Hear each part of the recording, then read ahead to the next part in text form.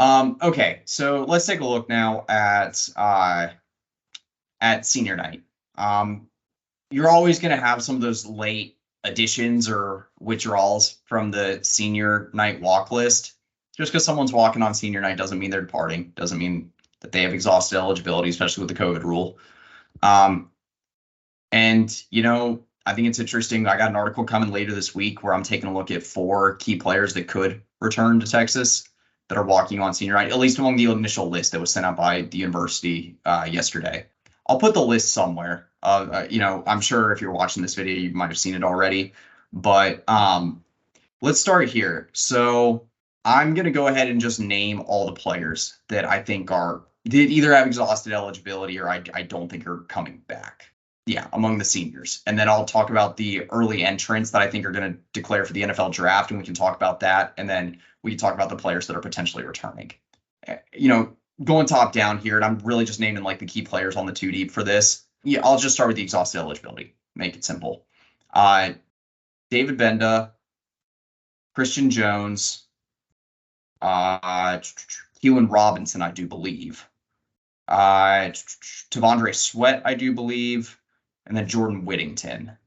And then the seniors that are walking are seniors that don't have exhausted eligibility, but I don't think are coming back.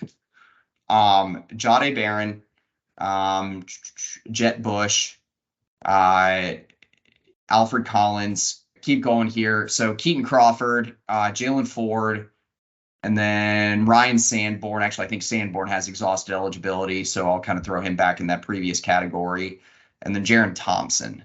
So those are the players that I believe are going to be they're going to be headed out after this season. Depending on the player, guys like Jerrin Thompson, like Keilan Robinson, David Gbenda, they're going to fight to get in the NFL draft, I think, but more than likely UDFAs, just based on current projections. And obviously Jordan Whittington might fall into that bucket too. But then you got guys like Collins, like Ford, like, Christian Jones might have even at this point played himself into a late day 7, late day 3 pick, more as an interior offensive lineman in the NFL. Jahdae Barron too, obviously. I think he'll be an early round guy. Alfred Collins, yeah. And then, I'll go through the players here that I think, they do still have eligibility left that I know for sure, but are probably headed to the NFL draft. Barron fits in that mold, but he is a true senior. So that's why I mentioned him with the senior group that I think is departing. There's only a handful of these guys. It's Byron Murphy, Isaiah Neyor, which I'll touch on in a second, and then Ryan Watts. Ryan Watts is a redshirt junior, so it is his 4th year. So it makes sense that he's walking for senior day.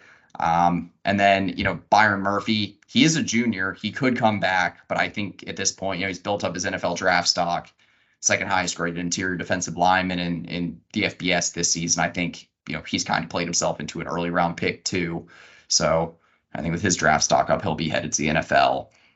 Neyor, I don't know. I've heard some stuff about, him potentially looking elsewhere, maybe looking into the transfer portal.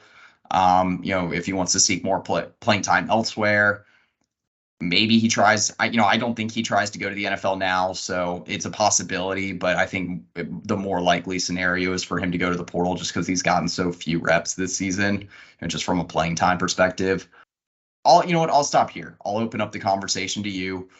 Among those guys I mentioned that are probably either headed to the NFL, that are seniors or could leave a year early that are walking, do you have any conjecture there or anything you would add? No, I pretty much agree.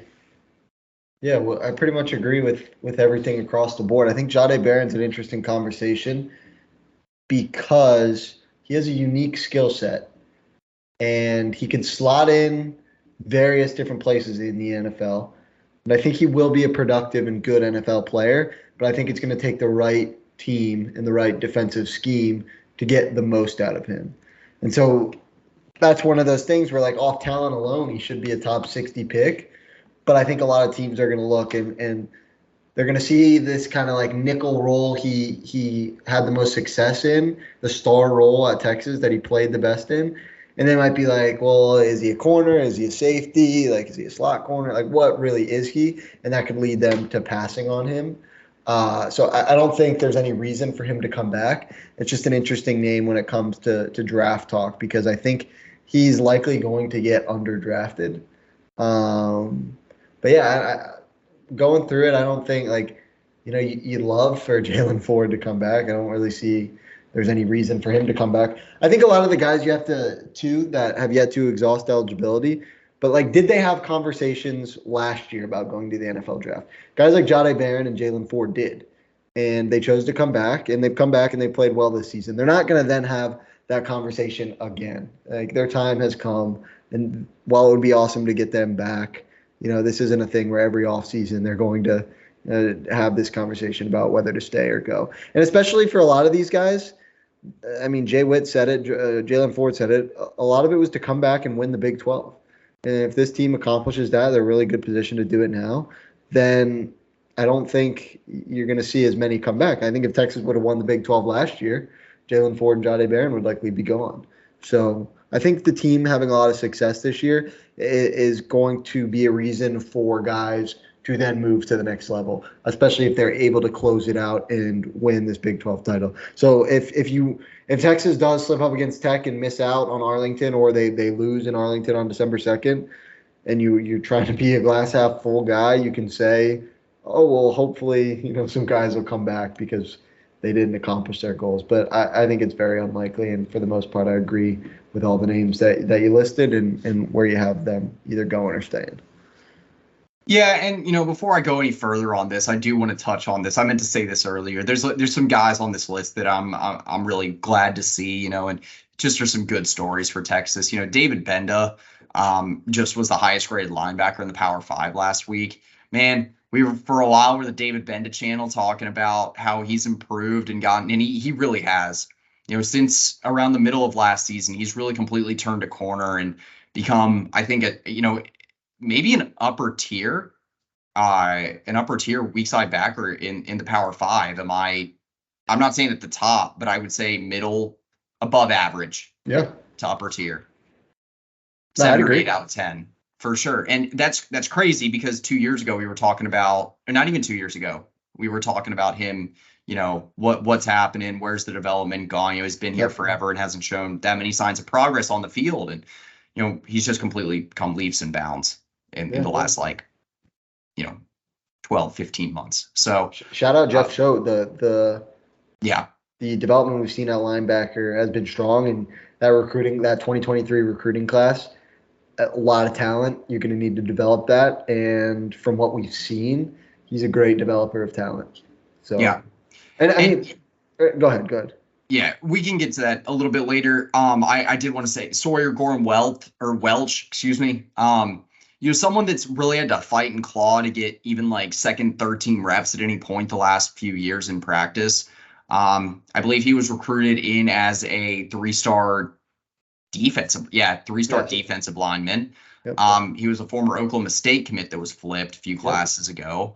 And he's been playing center along the interior offensive line, kind of been sliding around to different spots. We've had some injuries in camp along the offensive line the last 2 years, and he's someone that's really stepped up in practice. And, for someone that could have entered the portal and probably gotten some significant reps elsewhere at maybe a G5 program, he stuck it out. He again was someone that flipped from one Big 12 school to another, and he's sticking it out, got his degree, and really worked hard here for 4 years. And so again, another one. And then I think my favorite of the list on here is Peter Mpagi.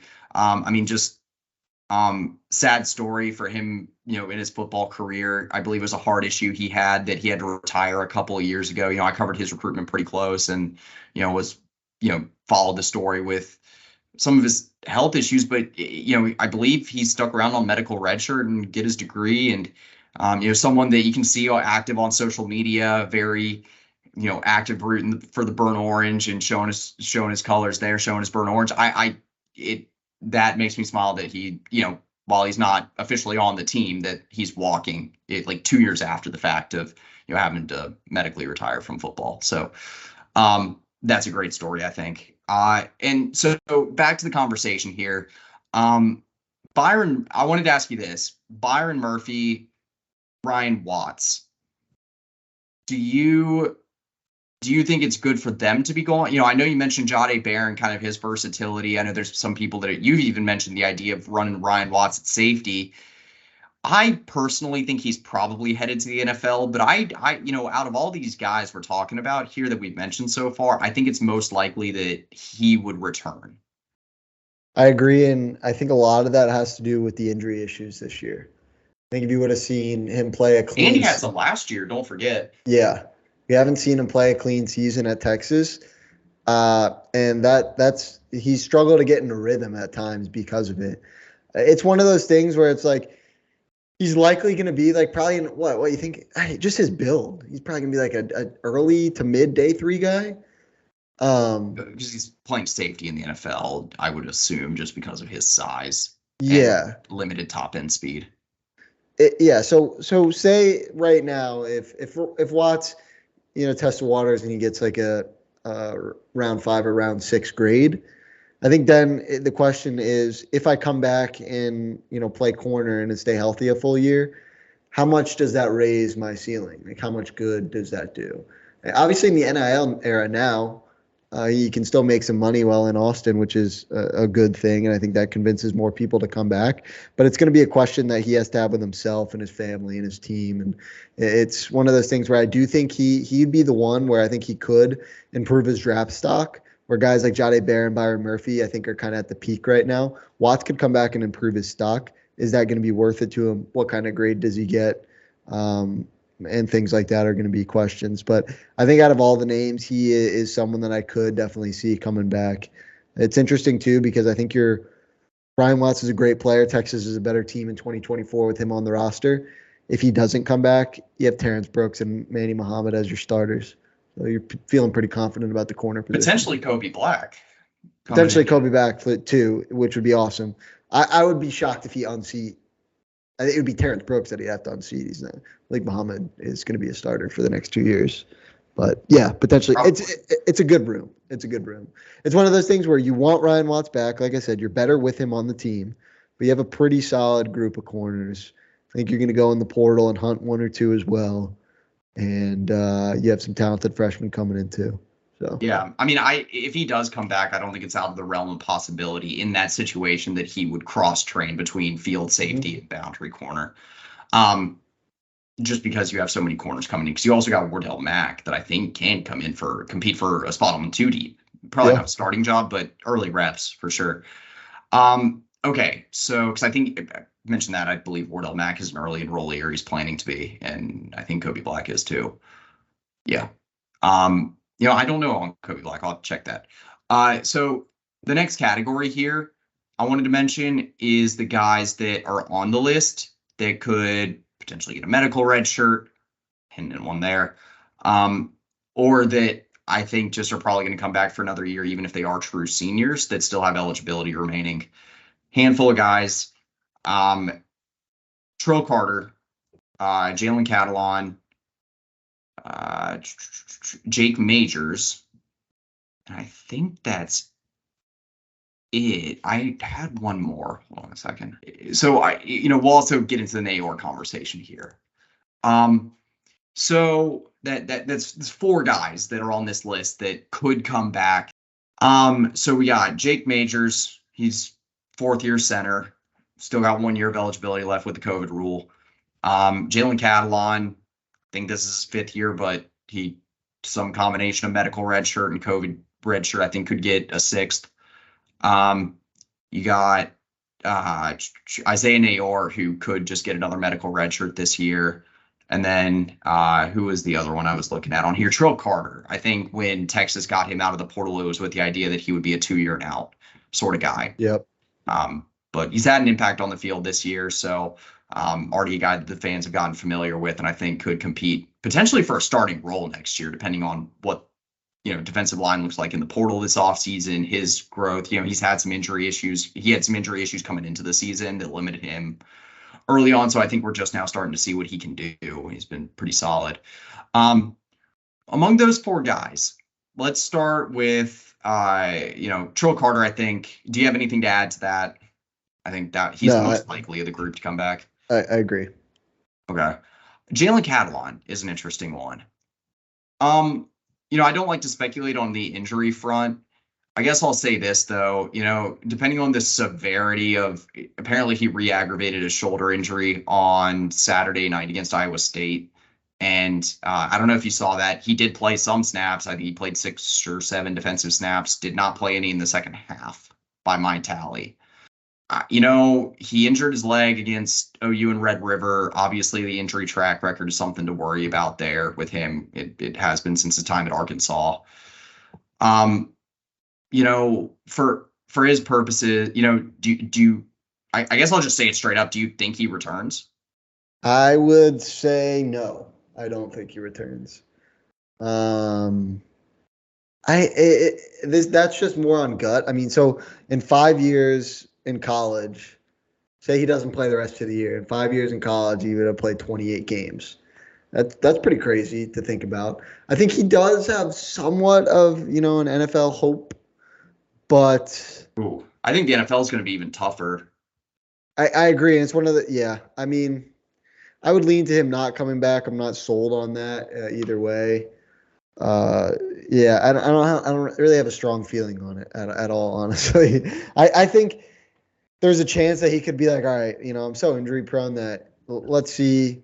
I'll be an undrafted free agent, try to make my way on during spring ball and try to make a roster and be a special teams guy for a couple of years, make a couple million in that role and then cash out of football, something along those lines. But I don't have a strong feeling on it either way. I think Texas, that's a guy that you kind of want to get back because it's one of those things where, like, if he's healthy, you have like an all SEC safety. Literally, he was an all SEC safety. Yeah, I mean, when he's healthy, he's a all conference caliber player. When he's healthy for sustained stretches, he's already in a situation where, for the last for the last 3 years, the most he's played in a season is 7 games this year for Texas. And, they've kind of had him on a pitch count all season where, he was getting treatment and everything for the shoulder injury during the off season. And so, he could come back, get a medical red shirt and, be back for a 6th year. But I think that's still up in the air. The other 2 guys I mentioned, Jake Majors, if Texas gets him back, I think he could test the waters for the NFL draft. I don't know, how highly he would be viewed by the NFL scouts right now, but, he could at least get feedback and see. I think that's a likelihood that he tries to see what that looks like, where his draft stock is. And, if he needs to come back in another year, he's massively improved year over year. I believe right now he's the highest graded center. He has the best pass blocking efficiency rating of any center in the Big 12 this season. And he's definitely had a career year, his best year at Texas. And so, maybe get another year at Texas, prove yourself, and, then go to the NFL draft in 2025, potentially with, a higher draft stock.